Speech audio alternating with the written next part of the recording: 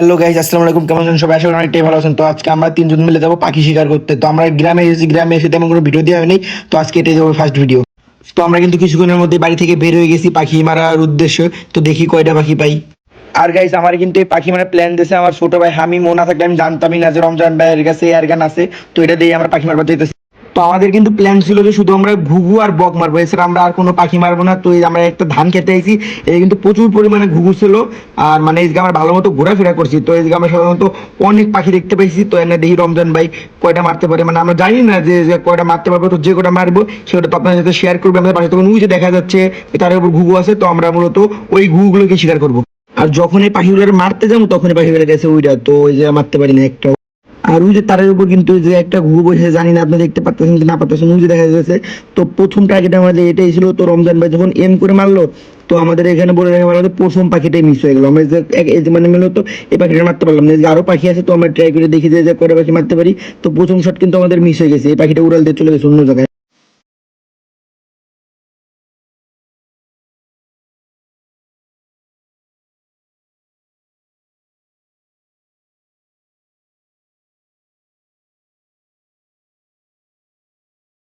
আমরা কিন্তু পাখি মারতে এসেছিলাম দুপুর 12টার দিকে। তো এই জায়গায় কোনো মানে তেমন কোনো পাখি ছিল না, সব পাখি দুপুর বাসায় যায় আপনারা জানেন। তো এই জায়গায় আমরা কিছুক্ষণ খোঁজাখুঁজি করলাম পাখি।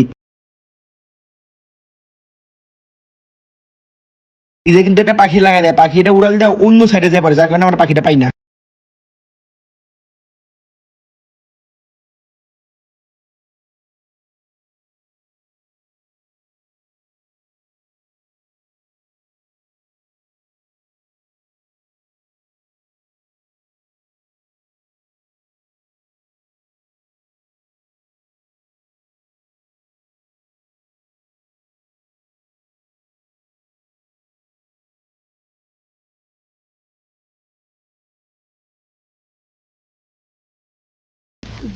তো গাইস, আমরা কিন্তু সামনে টিয়া পাখি দেখছি। তো রমজান ভাই টিয়া পাখিটা মারবার যেতেছে, আর এদিকে হামিম টিয়া পাখির বাসা খুঁজতেছে।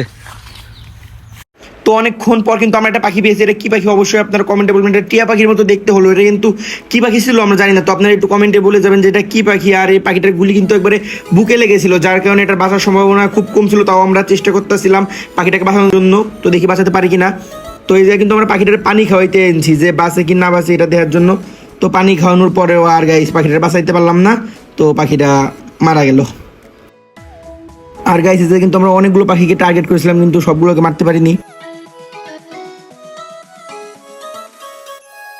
সুন্দর টিয়া পাখি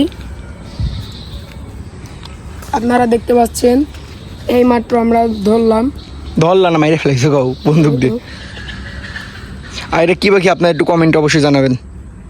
তো গাইস এখানে কিন্তু অনেকগুলো পাখি ছিল। তো রমজান ভাই টার্গেট করলো, কিন্তু একটাও মারতে পারলো না।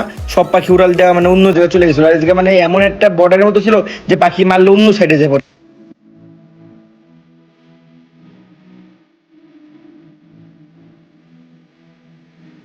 আর গাইস এসে কিন্তু আমরা একটা ঘুঘু দেখতে পেয়েছি, দুইটা ছিল, একটা উড়ে গেছে আর একটা ঘুঘু ছিল। রমজান ভাই কিন্তু এম পাইতেছিল না, এর লেগে পিছেতে যায় মারার ট্রাই করে। তো দেখেন মারতে পারি কি না পারে। তো ফাইনালি আমরা কিন্তু ঘুঘুটাকে মারতে সফল হয়েছি। তো ঘুঘুটা এখনো জীবিত ছিল, যার কারণে আমরা এখান থেকে একটা বটি নিয়ে ওটাকে খুব শীঘ্রই জবাই করে ফেললাম, যাতে মারা না যায়। তো গাইস এই জায়গায় টানটি কিন্তু আমাদের একটি বটি দিয়ে পাখিটাকে মানে জবাই করতে সাহায্য করে। তো আমরা খুব শীঘ্রই ঝটপট করে পাখিটাকে জবাই করে ফেললাম, যাতে মারা না যায়। তো এই পাখিটা নিয়ে আমরা বাড়ির কাউকে দিয়ে দেবো, তারা খাবে না কি করবে তাদের বিষয়। তো গাইস আজকে ভিডিও এই পর্যন্ত। কি ভিডিওটি ভালো লাগলে একটু করে কমেন্ট এবং সাবস্ক্রাইব করে আমাদের পাশে থাকুন। আসসালামু আলাইকুম, আল্লাহ হাফেজ।